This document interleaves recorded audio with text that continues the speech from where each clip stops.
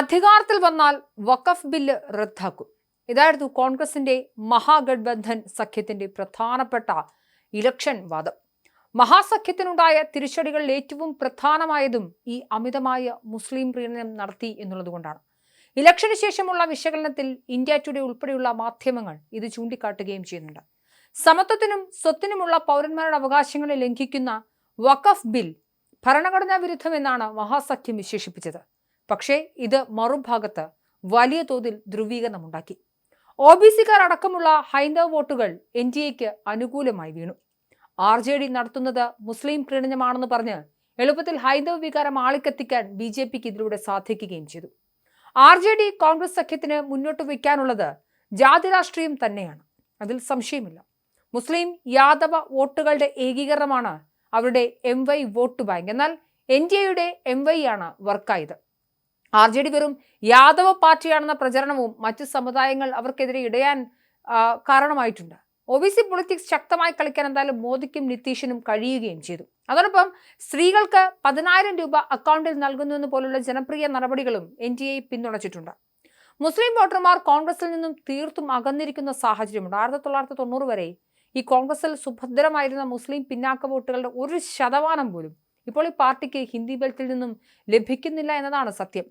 മണ്ഡൽ സമരങ്ങൾക്ക് ശേഷമാണ് ഹിന്ദി ബെൽറ്റിൽ കോൺഗ്രസിന്റെ രാഷ്ട്രീയ അടിത്തറ എന്ന് വെച്ചാൽ താഴെ തട്ടിൽ പ്രവർത്തിക്കാൻ കോൺഗ്രസ് അണികൾ ഇല്ലാത്ത അവസ്ഥ ഉണ്ടാകാൻ തുടങ്ങിയത്.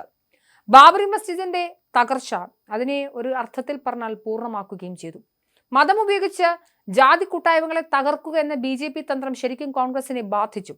ജാതികളെ ജാതികളായി തന്നെ നിർത്തുക, അതിൽ നിന്ന് ഉപജാതികൾ ഉണ്ടാക്കുക എന്നുള്ള ഒരു ഇലക്ഷൻ രീതി അല്ലെങ്കിൽ രാഷ്ട്രീയ നീക്കത്തിനൊക്കെ ബദലായി ഹിന്ദു എന്നൊരൊറ്റ മതത്തെയാണ് BJP പ്രതിഷ്ഠിച്ചത്.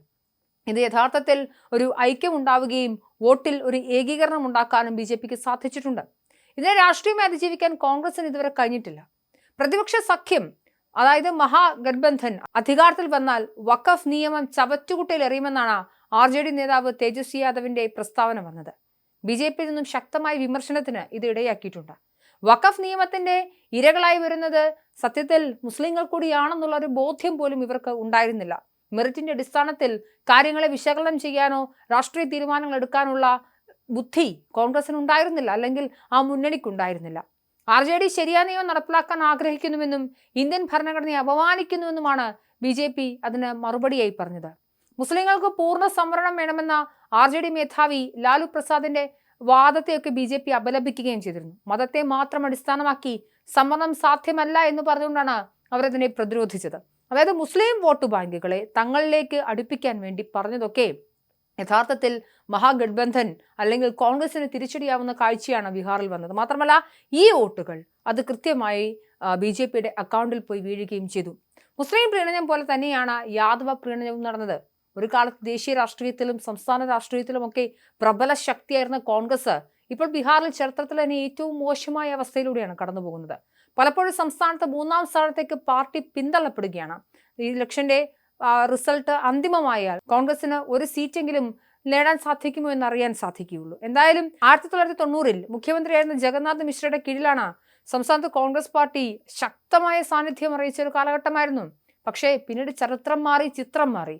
സംസ്ഥാനത്ത് ഒരു പ്രബല ശക്തിയായി മാറാനോ ഒരു ഇലക്ഷനിലെ നിർണായക ശക്തിയാവാനോ കോൺഗ്രസിന് കഴിഞ്ഞില്ല. 61 സീറ്റിലാണ് ഇത്തവണ കോൺഗ്രസ് മത്സരിച്ചത്. അവർക്ക് അതിൽ കൂടുതൽ സീറ്റുകൾ വേണമെന്ന് പോലും അവർ ആവശ്യപ്പെട്ടിരുന്നു. പക്ഷേ അതിൽ കൂടുതൽ ഉണ്ടായിരുന്നെങ്കിൽ ഒരു പക്ഷേ മഹാഗഡ്ബന്ധന്റെ വീഴ്ച വലിയ തോതിൽ ഉണ്ടാകുമായിരുന്നു. ബീഹാറിലെ തോൽവി കോൺഗ്രസിനെ ദേശീയ തലത്തിൽ അത് വേട്ടയാടും എന്നുള്ള കാര്യം ഉറപ്പാണ്. മാസങ്ങൾക്ക് മുൻപേ ബീഹാർ തെരഞ്ഞെടുപ്പ് പ്രചരണത്തിൽ ആദ്യം ഇറങ്ങിയത് കോൺഗ്രസ് ആണ്. SIRന്റെ മറവിൽ വൻതോതിൽ വോട്ടുകൊള്ള നടന്നുവെന്ന ആരോപണമാണ് പ്രതിപക്ഷ നേതാവ് രാഹുൽ ഗാന്ധി അന്ന് ഇറക്കിയത്. വോട്ടുകൊള്ള വൻ ചർച്ചയായി. രാഹുൽ ഗാന്ധിയുടെ വോട്ടറധികാർ യാത്രയായിരുന്നു പ്രതിപക്ഷത്തിന്റെ ആദ്യത്തെ പ്രചരണ മാർഗം. എന്നാൽ ഈ വോട്ടുകളെയും അനുബന്ധ ആരോപണങ്ങളും ബീഹാർ ജനത മുഖവിലക്കെടുക്കാതെ തള്ളിയെന്ന് വേണം തെരഞ്ഞെടുപ്പ് ഫലത്തിൽ നിന്ന് നാം മനസ്സിലാക്കാൻ.